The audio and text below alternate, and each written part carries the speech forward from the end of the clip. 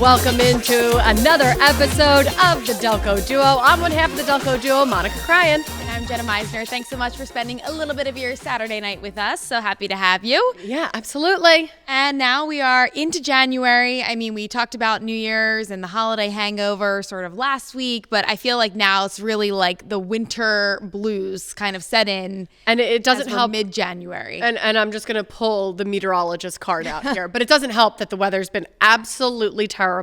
Just not a fun way to kick off January. I hope people are enjoying their January more than we are. Yeah, it's definitely been tough, but I can't believe it. Like mid-January, here we go. I'm already looking forward to spring. Yeah, okay. Is that bad to say? Like I know you're supposed to live in the present and enjoy, but I don't know. I'm like, can we get to spring, please? Spring. I hate spring. Now that I have a child, I can understand the struggle of being stuck inside when it's like cold or it's rainy. And I've heard about it for the longest time, but now actually experiencing it, I'm like, I just want to get us outside. Yeah, I don't blame you. I'm definitely feeling it. I feel like I haven't seen my neighbors in forever, and not that like really matters to me, but I'm just like, it'd be nice to like see people outside of the house, but all right, let's get to the debrief and talk more about our January woes. January woes. Did you do a New Year's resolution? I don't know if we talked about that on the show. Yeah, we did. I said, oh, to spend more time with your husband. Bring the romance back. How could I forget that? What? There's like a term for it. I forget what the term is, and I've seen it on Instagram, but it's basically that, like me and Eugene, getting out of the roommate phase. Oh, yeah. We are, because love them to death, and I really actually do feel like, our kids getting a little bit older now. It wasn't too bad. Like it wasn't too bad. Yes. We weren't ships in the night passing. You know what I mean? Like we still. But you both have a lot of responsibilities that you divide and conquer. Yes, exactly. So coming back together is yes, important. and I definitely would love to get past that roommate phase of like, okay, you do this, I do this, and let's, right. So I forgot that was your resolution. So yeah. Hopefully that's going well. Actually, this past week was like the National Quitters Week. They say like everyone normally gives up on their New Year's resolutions. I think it's January 12th. It's the second Friday of January. So January 12th is the Quitters Day where people tend to give up. So that had us thinking about like all the different things that people try in January, like dry January. Dry January has been a big thing. A lot of my friends doing dry Januaries. Yeah, I've never tried it. I mean, I was pregnant last January, so that was like a dry 9 months. Dry year. Dry year, yeah. Because really, and then once you have the baby, then you really aren't really drinking all that much just because you're feeding the baby. So it really is. It's a dry year. No need for you to do dry January. No, absolutely not. I am not partaking. Do you have any interest in it? No, I do see. I don't do a dry January, but I do that like week after New Year's. From the holidays and everything, it was so crazy. I don't want to even look at alcohol. Yeah. You know what I mean? I'm kind of like, it literally is like a week just of cleansing, and I would love to feel better. There's than just I do a right lot now. of pressure on the month of January, whether you're doing dry January or Whole30. That's like one of those diets where you try to eat really well. I just feel like the month of January has a lot of pressure to like rebound. And I hate it. You don't need it. Absolutely not. There's no need if you don't do it day one to feel like you're already a failure. You know what I mean? You can do something in February. Yeah. Maybe do something in February. It's the shortest month. March, April. Yeah. May. There's a lot of months out there. I don't know why January has all the pressure, but I don't know. That's just what we were feeling and talking about. So if you feel the same way, like there's a lot of pressure on this month, or if you're doing dry January, let us know how it's going. Yeah, let us know. But you brought up a good point that some people were like, oh, dry January, is it really that nice? Or you shouldn't really talk about it too much. Well, because you see all the social media posts where it's like 5 days in and someone's like, oh, I've already given up on dry January. Like, here's my drink. And I was seeing it from a standpoint of someone struggling with like alcohol addiction and things like that. They're reading all these posts and they're thinking, okay, I've been sober for X amount of days. Like seeing that you gave up in 5 days is very discouraging towards my journey, or, a journey, your own journey. Right. And an influencer only doing it for 5 days, and then, you drink again. It doesn't affect that many people. But, someone who really is dealing with like an addiction issue, that kind of relapse affects so many more people. So I can see why they'd be like, please don't even talk about your struggles right now. Don't want to hear it. Don't want to hear it. Glad that we debriefed about that, got that off our chest because we were feeling a type of way about it. Yes. Let's get to what we come here to do every Saturday night, and that is solve your issues. Yes, and this one, we were sent this issue, very interesting, about honeymoons, and this is Felicia from Folsom. We are on our honeymoon in the Caribbean, and our two close friends surprised us and showed up on day 3. They stayed at the same hotel for the remainder of our time away. Is that okay? No. No, Felicia. No. Bye, Felicia. Bye, Felicia. No, poor Felicia. Bye, friend. Bye, Felicia's friend. So odd. That's so weird. I don't know what I would do if I got to the resort on my honeymoon and love my close friends, but I don't want to see you on my honeymoon. Not at all. Not at all. I felt like after the wedding, I wanted to be as far away from everyone as possible. You know what I mean? Especially the bridesmaids. Well, yeah. Your close friends, you're talking to them so much leading up to the big event. And then if they're involved and they're in the wedding party, you're doing so many events with them. This is just so odd to me. Did the friends, I guess, thought this was a sweet surprise? I guess. But I don't understand. What was the intent? What, were they on a vacation too? There's 1,010,000 places that you can vacation. Why did they have to do the same one? Or maybe if it was not a honeymoon, like maybe if it was just a vacation that you went on, it's a little less weird just to show up. But like a honeymoon is known to be like husband, wife, or wife, finally wife, their time. Yes. To just be alone together. And be together. And that is so odd. I feel like this sounds like one of those friends that makes everything about themselves. You know what I mean? Everybody has that one friend that makes it about themselves. And they don't see a problem with it? Yeah, never. They don't see a problem. Yeah. This definitely seems like something that someone who's very, very self-centered would do. I don't think I would even be able to keep like what would my face be? The straight face. What would my face be if my friends showed up on my honeymoon? I would be so confused. And it's day 3. Like maybe congratulations on the honeymoon night. Right. If you're going for like a 10-day honeymoon or I feel like they're a little bit extended. If you show up on day 9, okay. I'm tired of my husband at this point. We've had a great week together. I'm glad to see some new faces. Yes. Day 3, come on. Remember, like when we were younger, the term that we grew up with, weirded out? Weirded. That's what I would do. I would be so weirded out by my friends from the whole thing that I don't even know if I would forgive them as we came home from the honeymoon.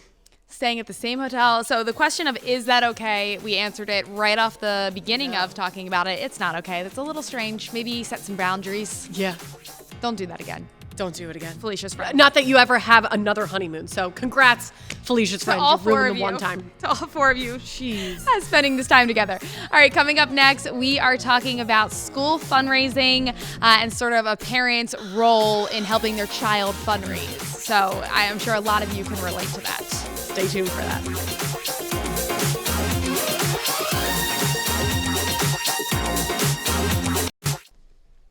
And welcome back. You're watching the Delco Duo on PHL 17. We have solved one person's issue tonight, and now we have another one to get to. 2 issues tonight from people sending them in. This comes next from Todd from Trainer.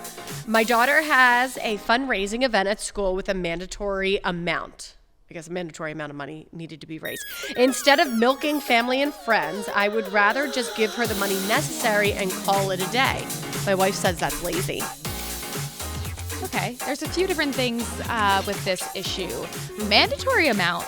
I don't think I've ever heard of like a goal. Like I know like there's goals when you fundraise, like the goals to reach, I don't know, $100 or but to actually have to reach that. I guess maybe that's what it means. Yeah, like the goal. Like my Girl Scout days, I used to sell the cookies and we did have expectations. Like that's a business. When you're a Girl Scout, it is a business. That's what I was going to say. So I see it from that standpoint. Like whenever they say a suggested amount, or you know when you go to like a museum and it gives you the suggested donations, you have to do that. You can't not. And it also sometimes when it comes to school fundraising, like there's tiers. So if you reach the goal, you get a prize, or you reach the next one, you get a better prize, and depending upon how old your child is, like It gets competitive. That gets competitive. Like your kid wants the prize that their friend's getting or that their classmate is getting. You know what I mean? No, because whenever we had like those fundraisers, my parents were always like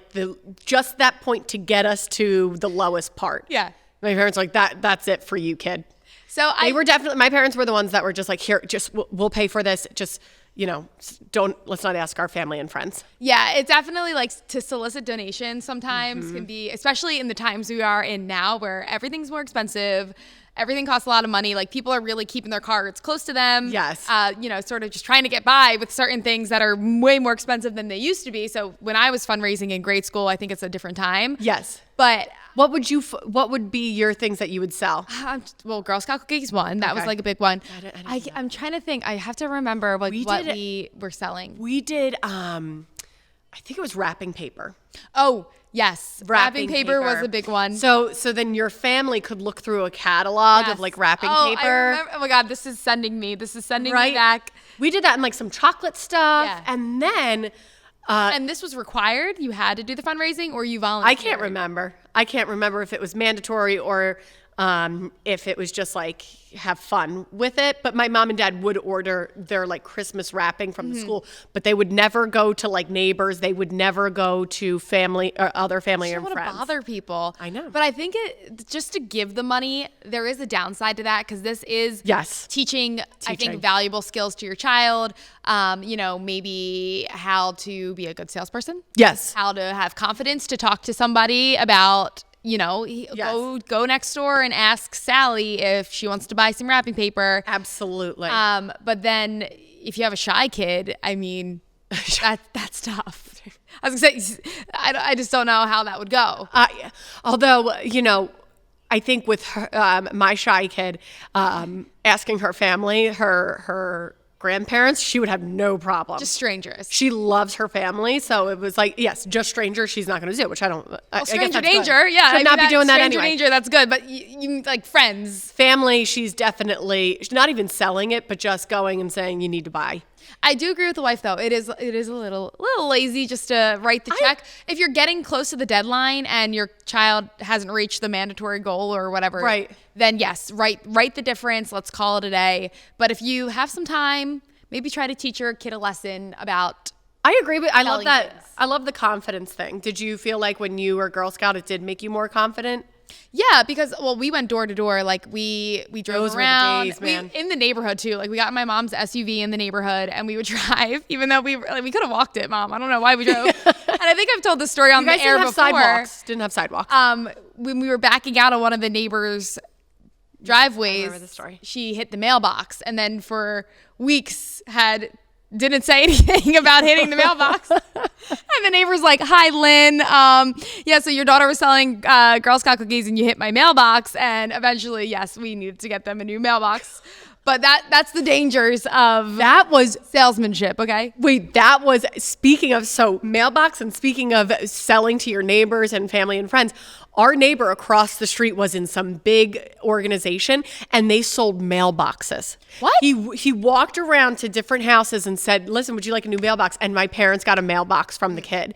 Because mailboxes are so expensive. I don't know. I need to ask them. This is another thing that just popped into my head. Like, these schools are smart because who's going to say no to a 4-year-old that's selling something? Or like, I'm thinking of the real young ones. That's like preschool, kindergarten, first graders. Like if a first grader asks me to buy wrapping paper, I'm not saying no. I know. Todd, what I'm interested is, what are you selling? Because sometimes these schools are selling some really cool stuff. Like wrapping paper, I would love to look through a wrapping paper catalog. I haven't had one. I go to Home Goods and I just pick from a big box. I would then love Home Goods is like $3 versus this premier wrapping paper that's going to be a little bit more expensive. But if it's going to a good cause, if it's fundraising for the school or fundraising for something important, I think that also is another lesson about like charity and donation. And I do think sometimes they are cool items that the school is selling. Usually they're not selling crap. They're selling like really cool stuff. So go to your family. Do the work, Todd. Not the friends. Leave the friends out of it. Todd, teach your daughter. You got to work in life, okay? What did Kim Kardashian say? Nobody wants to work anymore. Okay. Coming up next, we'll have one of our own issues to bring to the table for the night. So find out whether Monica or I have a problem to talk about.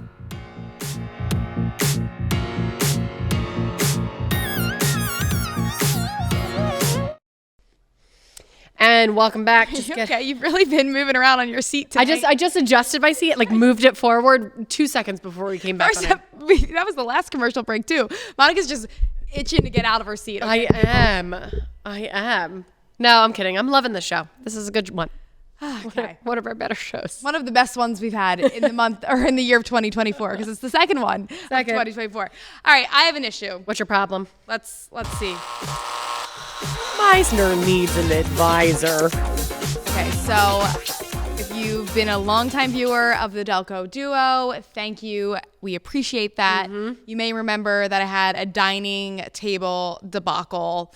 This is like Probably, OG. Issues. You had to be like a original viewer of the. Maybe even I don't even know if we were on TV yet. We might have still been just online at this point. This is just the podcast. But I had a dining table debacle where I just kept getting this dining table delivered, and it kept having nicks in it, and just kept having to send it back. Wait, crazy. That was such a time. It was a time. I was so angry, and I said I'll never go to that furniture store again, and I've kept true to my word. We won't name the furniture store. Name the store. But I forget. Did you keep having to assemble it and then take it apart, or they kept coming with the truck? Yes. And opening it in the outside of my home, showing me the dents. So they didn't even get inside to put it together. They would bring it and then open up the box. Anyway, dented table, like it was scratched. Oh, so the table. That was solved a while ago. It took like 4 delivery trips. It's fine. Fast forward to 2024. I'm finding myself. I don't know if there's a lot of bumps on the way to our house or where these delivery trucks are taking. We got a new fridge for Christmas. Yeah. And we have had it delivered twice now with dents in the front doors. And again, if you're a longtime viewer, Jenna can be a bit more particular than I think most. Yes. And so I am at first like, okay, Jenna, like how bad are these dents? Like if it's a little thing here and there in the back, you can't even see it. I mean, this was dead center door, bam, dent. Like you couldn't sell this refrigerator. Someone's going to buy it. So, because we still have the fridge in our home. So basically it's on like a loaner now because we had to connect a water line. It was a whole thing. So they installed it and it's in our home, all dented. So I'm like, I don't want to have guests over or anything because the whole front of it, like it's a mess. Anyway, so I was so excited because they were coming again with a new fridge. And they brought another dented fridge. And this was during the weather over the last weekend that was like rainy and snowy. And as you said, I'm very particular. So they came in the house with like the shoes on, the dragging squeaking through. And, it's okay. I was like, I'm getting You've got a steam mop to help. I do not have a steam mop. I wish I did though. Those things are pretty cool. I know they really are. So I was like, it's fine. Like, please mess up the floor because I'm getting a new, the fridge is getting replaced. Doesn't matter. This fridge also had a dent. So now we have to call and set up a special like white glove type of delivery where they inspect it prior to it arriving to your home. And my issue is just, why isn't that the standard? Why aren't they expecting all of the product that before they bring it? Because isn't it more manpower and time on your company's part? I mean, I cannot imagine the 2 refrigerators dented. These are nice refrigerators. Like that's thousands of dollars that they're just not going to. Well, they'll resell it. Someone will, because they offered us a discount. I don't know, Jenna. That was a big. I was like, what's the discount? Because if it's big enough, then we might just put a magnet on this baby. We might just put a nice little magnet over this dent and call it a day. I think that's going to be a hard fridge for them to resell. Like even in the Saharan desert, no one's going to want that fridge. It was like that bad. Yeah. It was that bad. It's not good. I cannot. Why is it not the standard? Why do we not inspect before we go to people's homes? Or I think, I'll be honest, I've never known anyone to deal with this many delivery issues. That's what I'm saying. Like, is the route to my house very bumpy? I don't understand why you've had this many issues, but I haven't gotten quite as many deliveries as you have, but I have gotten a dining room. I have gotten a refrigerator. Fine? Never an issue. Never an issue. Is this normal? Are you at home watching this and thinking, I got this delivered and is this normal to have this many issues or is it not normal? And then not only is it not normal to get 1 delivery of the item, to have 2. Now this will continue to take it out. I think it's in the next week or so. It'll be the third time. So I'll have to update you on the Delco Duo what happens with this third fridge. But it's getting the special treatment, okay? It's getting the white glove treatment of delivery. I think they make it sound like really fancy to make you feel better about yourself. Because at this point, I'm like, if you're giving me this fridge for free. Well, that's what I'm saying is that they're telling you it's white glove. And then they're like, but we'll give it to you. I picture like a butler in a tux unwrapping the box. Where should I put this refrigerator? In the kitchen. In the kitchen. It is truly ridiculous. So I think I'm done getting big purchases to my house. You can't prevent that. I'm done because I'm tired of it coming in, it leaving, and not only. Like the dining table, yes, was super annoying, but the fridge, you have to take everything out. I know. So that's what I was going to say. So we take everything out. You do? Everything out of the fridge. My husband and I both do. Yeah. Have taken everything out and have like put it in coolers basically. So we put it in like a big Yeti cooler while we wait it. And then they looked at it and they were like, yeah, it's dented again. I'm like, you're telling me this is the second time I need to refill my entire fridge? Something's up. I'm done. Tell her that's not normal. It's not normal. All right, we've got trivia because I'm tired of talking about my fridge. And this is for MLK Day, which is on Monday. On Monday. Okay, so where in Delco can you find a 4-foot bust of Dr. Martin Luther King Jr.? I don't know if many people know about this.